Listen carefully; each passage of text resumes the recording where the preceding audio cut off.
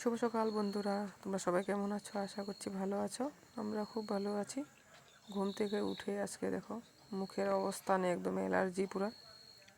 কি করব বলো, মুখও মানে খুব একটা বাছি না, যা পাই তাই খাই এরকম বলো। যেটা খাইতে মানা ডক্টর বলছে সেটাই খাই। তারপর ঘুম থেকে উঠে দেখি একদম পুরো অ্যালার্জি। তো এই নিয়ে জীবন আর চলবে কি বলো? এই বয়সে যদি সব খাওয়া দাওয়া ছেড়ে দিই, আর তো জীবন পড়েই আছে বলো। তারপরে যে চা খাওয়া দাওয়া করে মেয়েকে যে স্কুল পাঠিয়ে দিলাম। ও আজকে স্কুলের মানে ম্যাডামের সাথে স্কুল যাবে। এটা বাড়ির পাশে স্কুল, আর দুটো বাড়ি পড়ে, তো কোনো চিন্তা নেই সামনে। একবার চলে গিয়েছে, আবার এসে পড়েছে 10 মিনিট পরে, মা পটি পেয়েছে বলে আবার তার পাপা গিয়ে দিয়ে আসছে।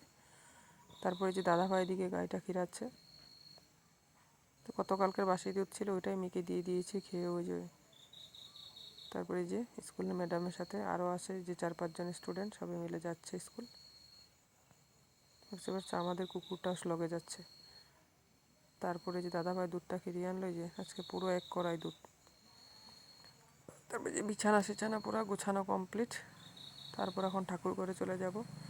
1 সপ্তাহ ঠাকুর দেওয়া হয়নি, তো আজকে পুরো ঠাকুর ঘর ক্লিন করে তারপরে ঠাকুর দেব। খুব ভালো লাগে জানো, ঠাকুর ঘর পুরো পরিষ্কার করে, ঠাকুর ঘর বলো নিজে থাকা ঘর বলো, সব পরিষ্কার পরিচ্ছন্ন থাকলে খুব শান্তি। আর ঠাকুর ঘরটা একটা আলাদাই শান্তির জিনিস, আমার তো মনে হয় আলাদাই শান্তির জায়গা। পরিষ্কার পরিচ্ছন্ন করলে একদম দেখবে ঘর চট বসিয়ে সুন্দর করে পুজো দিলে খুব ভালো লাগে, মনটা খুব শান্তি লাগে।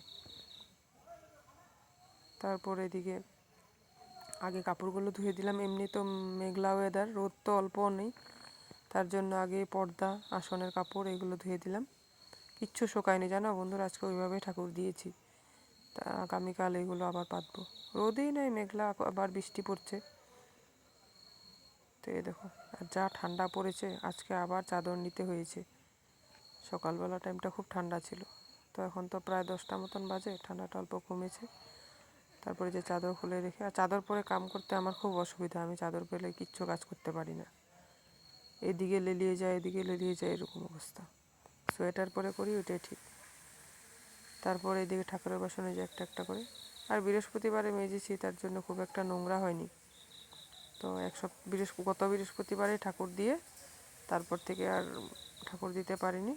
তো আজকে এই যে 1 সপ্তাহ পর আবার এগুলো, এই যে 8 দিন পর এগুলো পরিষ্কার করে ধুয়ে মুছে তারপরে যে ঠাকুর পূজা দিচ্ছি, দেবো মানে আজকের থেকে। এগুলো সব ধুয়ে নিই আগে।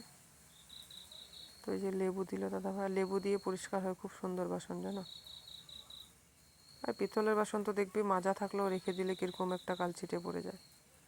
তারপর এদিকে দাদাভাই দেখো নিজে আমুল দুধ খাচ্ছে, আমার জন্য নিয়ে আসবে দেখবে খাওয়ার জন্য। বলছি খাবো না, ও এরকমই। আমি বলছি ক্যামেরা অন আছে, এখানে দিতে হবে না।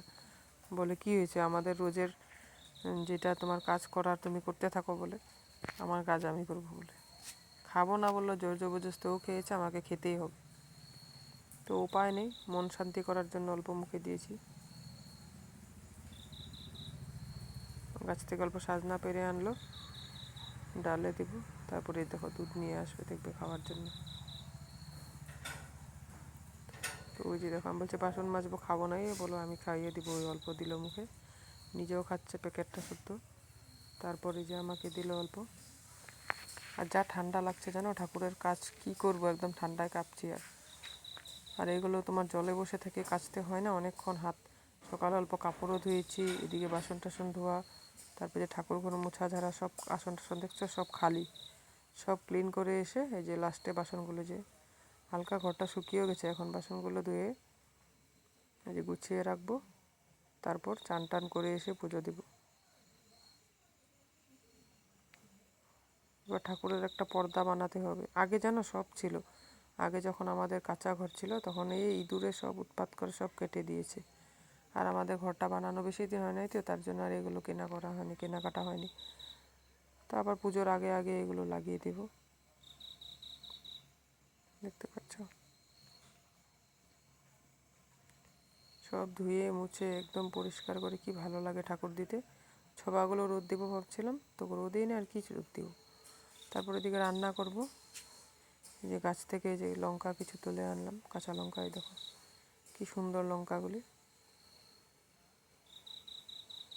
নিজেদের গাছের আর লঙ্কা, এগুলো যে সিদ্ধ আলু দিয়ে সেদ্ধ দিয়ে খেতে খুব দারুণ টেস্ট হয়, মানে সেন্টটা খুব ভালো লাগে। আর যে কাঁচা খেতে পারে তো আরও ভালো। দেখো কি সুন্দর, দেখছো? ডালে একটা দিলে যথেষ্ট। আর দেখো ওর পাপা ওকে ঘর বানিয়ে দিয়েছে বলে খেলার জন্য। কী করবো, বাইরে মানে উৎপাত করে, বাইরে খেলবে। স্কুল থেকে এসে যেখানে একটা স্কুল থেকে বিস্কুট দিয়েছে, ডার্ক ফ্যান্টাসি যে বিস্কুটটা দিয়েছে চকলেটের, এখানে বসে বসে খাচ্ছে আর এই যে খেলা করছে, দেখছো?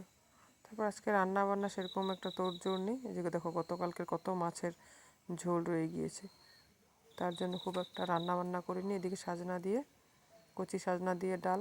দাদাভাই সাজনা খেতে খুব ভালোবাসে, প্রায় আমাদের সাজনা এই জন্য রান্না করা হয়। আমারও ভালো লাগে। আর সাজনাটা তো বেশি দিন থাকে না, না বলো? 1 মাসের মধ্যে শেষ হয়ে যায়, বুড়ো হয়ে যায়। তার জন্য আর এদিকে অল্প স্লাড করবো, এই যে কেটে রেখেছি। এই যখন স্লাডটা খাওয়ার আগে মাখবো, না হলে তখন নেতিয়ে গেলে খেতে খুব একটা ভালো লাগে না। তার জন্য এই যে শসা, তারপর টমেটো, গাজরটা থাকলে আর অল্প ভালো হতো। আর এটাই যে বাঁধাকপিটা, এগুলো দিয়ে পেঁয়াজ দিয়ে লঙ্কা দিয়েছি, তেল দিয়ে অল্প চাট মশলা ছিটিয়ে দিব উপরে। এটাই যে মেখে নিলাম। আমার তো স্লাড দিয়ে খেতে খুব ভালো লাগে, ডালেরও প্রয়োজন হয় না। শুকনো শুকনো এই যে উপরে অল্প চাট মশলা দিয়ে দিলাম। তারপর জানো, রান্না করতে করতে খেয়ালে করে এদিকে দেখি তার পাপা আমাকে ডাকছে, মোবাইলটা নিয়ে আসো, ভিডিও করো, দেখো মেয়ে কী করছে। তারপর আমি আসলাম, দেখে দেখো ডগিকে খাইয়ে দিচ্ছে, আমাদের বাড়িরই কুকুরটাই। দেখো খাইয়ে দিচ্ছে কীভাবে, দেখছো? সুজি নিয়েছে, জল দিয়ে গুলে নিয়েছে, এগুলো খাইয়ে দিচ্ছে। আর ও এত সুন্দর করে খাচ্ছে, দেখো না। আর এই জানো, কুকুরটা আমাদের বাড়িতে প্রায় 10 বছর হয়ে গেল,